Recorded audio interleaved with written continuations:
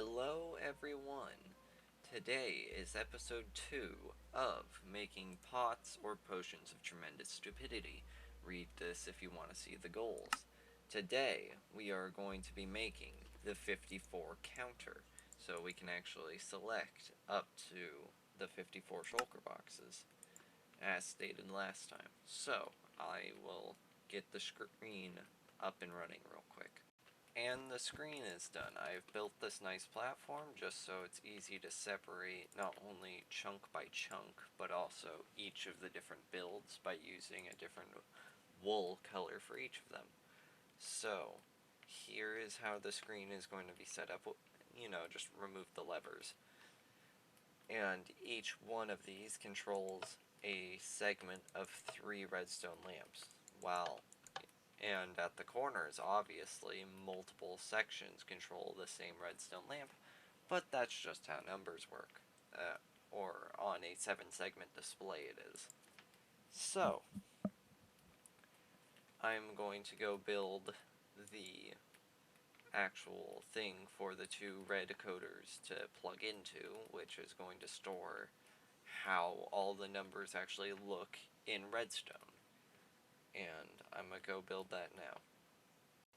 And now I have done the 2, I guess, RAM it would be? Random access memory? Maybe. I guess that would be the technical term. So on the ones column, there's anywhere from 0 to 9, going from left to right. You can flip any one of those levers. And then there's 1 through 5 on the tens column, since for me, for my purposes, I only want this to go up to 54. The way I stop it from going above 9 is a later problem. I'll figure it out then. But the way it's working now, and obviously, again, like I said before, it shouldn't be too bad to edit the schematic in order to make it brew more. Dude, for my uses, a whole double chest was just a number I came up with for it to be funny, for it to be, that's just how I want it to be. Obviously, you can change this up however you want when the whole project's over, and then you could, for all I know, copy this layer right here, and then just move it right there, and then boom, you can have 6. But whether you are going to do that, I don't really care, because this is just what I'm doing. So here are the buttons as shown previously, and then that's going to be the reset lever. And now I'm going to go hook up I'm going to put down the 2 red coders inputting into this.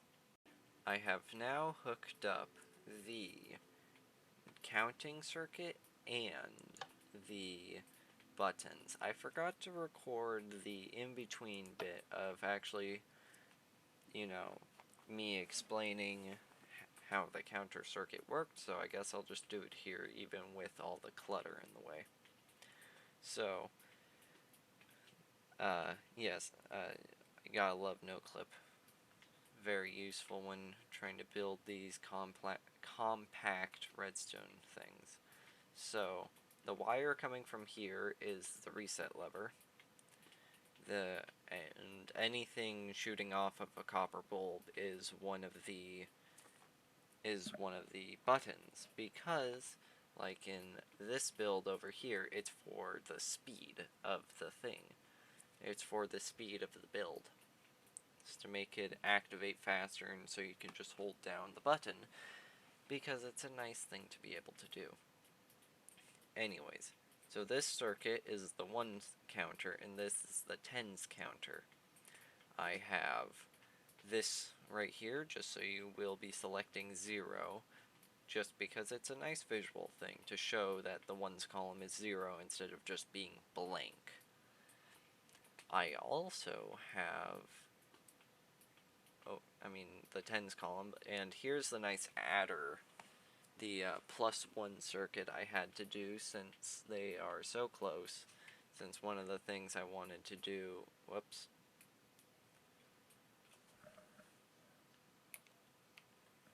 Since one of the things I wanted to do is actually make it so it fit inside a single chunk, I couldn't use the space over here. So I had to double everything up and overlap it. But now it fits in the space of one chunk. So that's nice. Yeah, I guess I'll give you some showcase that the button actually works. That's the minus button. Yeah, of course that wouldn't do anything. Good job.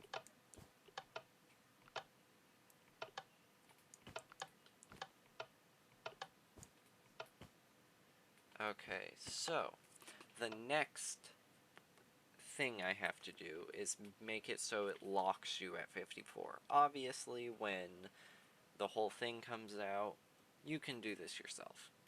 Or I mean, you can move it yourself. You can move just what torch you take the signal off of, since I'm pretty sure the way I'm going to do this is just by taking a signal off of this torch, or, you know, then inverting it and just throwing it into the -1 column, or the -1 column circuit. But that wiring is for me to figure out because it's awfully cramped in here. So, that's what I'll do now. Alright, so what I've managed to do is, I managed to hook up both of the overflow circuits. I'm not sure if I previously mentioned this, but another thing I did was I got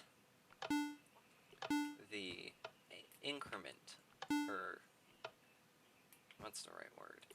I made it so when you hit +1 on a nut, here I'll just show you, it's easier if I just do that.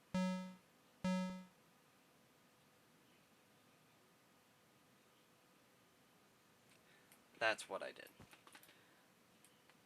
And due to how compact everything is, it's not feasible with this circuit in order to do the opposite of where I hit the -1. It takes from this and goes to 9. I just can't see enough room.